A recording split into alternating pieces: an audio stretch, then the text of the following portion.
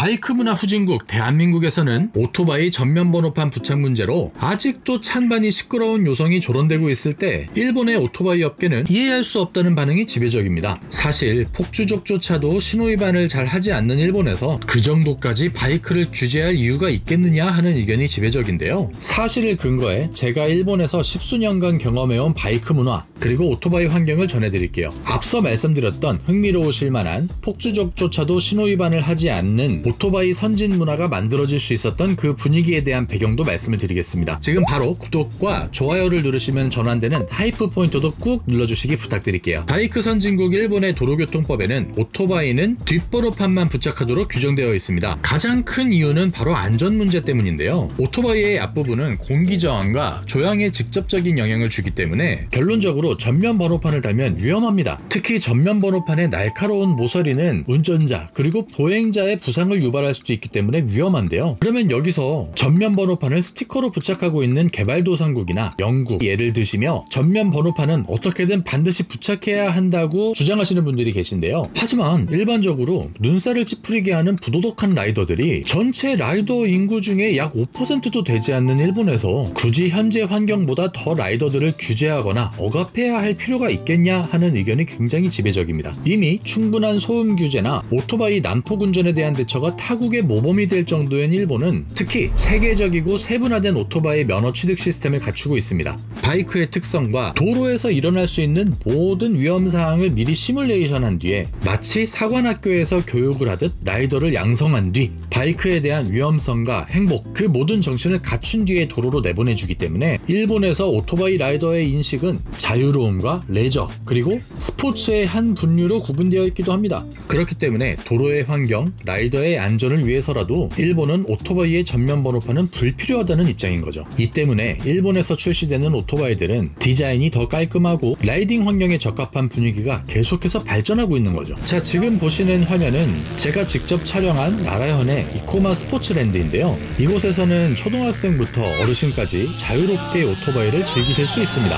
보시는 것처럼 아이들이 안전장비를 착용하고 레이스를 배우고 60대 라이더분들도 여유롭게 트랙을 누비고 계시죠. 번호판이 전면에 없어도 오토바이는 충분히 식별이 가능하며 이렇게 더 자유롭고 안전한 환경이 만들어집니다. 물론 일본이라고 과속이나 오토바이 안전 문제에 대한 사회적 지적이 없는 것은 아닙니다. 하지만 라이더들도 그 점을 모두 인식하고 속도를 낼 때 내더라도 무조건적으로 도로의 순환을 우선시하고 보행자를 우선시하는 안전운전 이행 분위기가 지배적입니다. 일본에서는 아이들도 부모님과 함께 오토바이를 타며 주말을 즐깁니다. 이처럼 가족 단위로 오토바이를 즐길 수 있는 환경이 조성되어 있기 때문에 오토바이는 단순한 교통수단이 아니라 행복을 나누는 라이프 스타일이 됩니다. 또한 아이들을 위한 레이싱 장비나 안전한 오토바이 용품도 합법적으로 판매되고 있기 때문에 자연스럽게 라이딩 문화가 다음 세대로 또 다음 세대로 기어지고 있는 분위기인 거죠. 또한 일본에서 오토바이는 경제적인 그리고 문화적 발전 효과를 가집니다. 전면 번호판이 필요 없는 일본의 오토바이 규정상 일본의 오토바이 제조사들은 더욱더 디자인에 매진할 수 있는 거죠. 덕분에 혼다, 가와사키, 스즈키, 야마하 등 세계적으로 인정받는 바이크 브랜드들이 계속해서 새로운 시도를 하고 발전할 수 있는 거죠. 그리고 레이싱 장비, 투어링 용품 시장도 활발하게 성장해 라이더들이 더 안전하고 즐겁게 오토바이를 즐길 수 있는 환경이 만들어지고 있습니다. 일단 번호판 규제에서 자유롭기 때문에 일본에서는 오토바이를 타며 전국을 여행하는 문화가 활성화되어 있습니다. 우리나라의 일부 식당처럼 1인 여행객을 배척하는 분위기도 없고요. 바닷길, 산길, 시골길을 달리며 라이더들이 자유와 행복을 마음껏 누빌 수 있는 분위기가 조성되어 있죠. 이러한 배경이 일본을 바이크 선진국, 세계 최고의 오토바이 문화 강국으로 만들어준 배경입니다. 또한 제가 경험한 정말 신박한 팩트인데요. 일본은 폭주족들이 신호를 지킵니다. 한번 도로에서 이런 상황을 본 적이 있어요. 그래도 폭주족이니까 일본 경찰도 물론 폭주족 단속을 해요. 근데 참 너무 신기했는데 폭주족들이 굉음을 막 내면서 자기들끼리 차선 넘나들고 막 운전을 해요. 한 8대, 10대 그 정도 모여 있었던 것 같아요. 그리고 경찰이 막 사이렌 울리면서 뒤에서 추격을 합니다. 이거 흥미로우니까 계속 지켜봤죠. 근데 거기에서 이런 초유의 상황은 다른 나라에서는 볼 수가 없을 거예요. 폭주족들이 막 달리다가 신호가 파란불에서 빨간불이 된 거예요. 차선 앞에 정확하게 폭주족들이 10대가 다 멈추는 거야. 그러면 경찰은 어떻게 하겠어요? 막 사이렌 울리고 뒤에서 쫓아가고 있었잖아요. 그 폭주족들 뒤에 경찰도 사이렌 끄고 멈춰 있는 거예요. 거기서 우리나라 경찰 같으면 오토바이가 멈추는 순간 경찰들 뛰쳐나와가지고 타이어 휠에다가 쇠파이프 꼽고 막 곤봉으로 뛰어가갖고 막 클러치 잡은 손 때리고 그럴 거 아니에요. 근데 일본은 애들이 신호 지키고 멈추니까 경찰도 뒤에 멈추는 거야.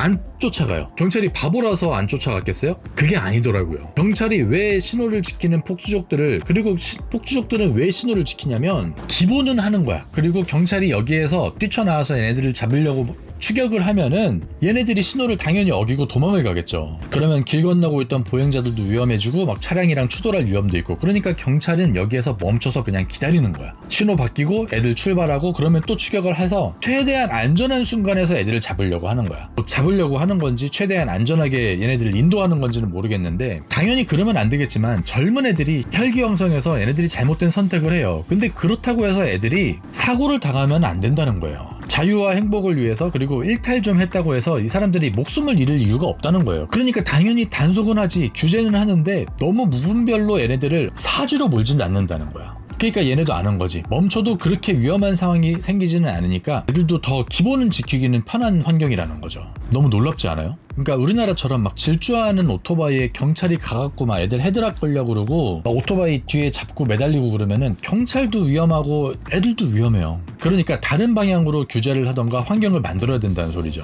폭주가 절대로 정당하다는 얘기가 아니에요. 그러니까 다른 방향으로 규제를 하던가 폭주를 하지 않아도 즐길 수 있는 환경을 만들어줘야 된다는 거죠. 막 되게 못된 댓글들 막 달고 그러는데 오토바이 타고 일탈을 한다고 이 사람들이 삶을 잃어도 되겠습니까? 그런 댓글 그렇게 막 쉽게 달지 마세요 진짜. 물론 오토바이도 제가 앞서 말씀드렸던 것처럼 기본을 지켜야 됩니다. 보행자가 무조건 우선이고 신호위반 절대 하지 마세요. 왜 신호위반을 해요? 인도로 다니지 마세요. 아니 오토바이가 왜 인도로 다녀? 임산부들 걷고 아이들 뛰어다니는데 왜 오토바이가 인도로 다녀? 뭐 쿠팡, 배민 그렇게 안 하면은 뭐 미션을 뭐 돈을 못 벌어? 이 정도 정해져 있는 거예요. 정해져 있는 거. 정해져 있는 기본을 지키고 자기의 권리를 주장을 해야지. 이거 말하자면 정말 할 얘기가 많지만은 차량도 괜히 다니는 오토바이한테 막 위협하고 그러지 말고, 버스, 택시 신호위반하지 말고. 아니 생각하면 진짜 기본이 안 돼 있어. 기본이.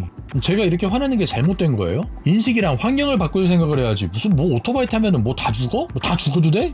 말 같지도 않은 소리를 하고 있어. 오토바이가 안전하고 행복하고 싶으면 면허 체계부터 바꿔야 된다니까요. 지금 이 상태로 두면 안 돼요 절대로. 그리고 미래의 수감자 456번들 니들 오토바이 탄다고 쎄 보이고 그런 거 절대 아니다. 오토바이 막 불법 개조해가지고 굉음 내고 막 삐까뻔쩍하게 불빛 내면서 달리고 그러면 사람들이 멋있게 생각할 것 같지 절대 아니라니까. 너네 하나도 안 멋있어 진짜. 되게 추해. 인생을 망치는 거야. 그리고 다른 라이더들 욕 처먹이는 거야 그런 행동들이. 오토바이가 시끄러우면 멋있어요? 아니 오토바이가 시끄러우면 멋있어? 아니, 어떻게 그런 말도 안 되는 생각을 하지? 오토바이가 시끄러우면 왜 멋있어? 파리 같아 파리. 너네는 파리 모기가 멋있냐? 너네는 파리 모기가 막 귀에서 앵앵거리고 돌아다니면 그 소리가 멋있냐?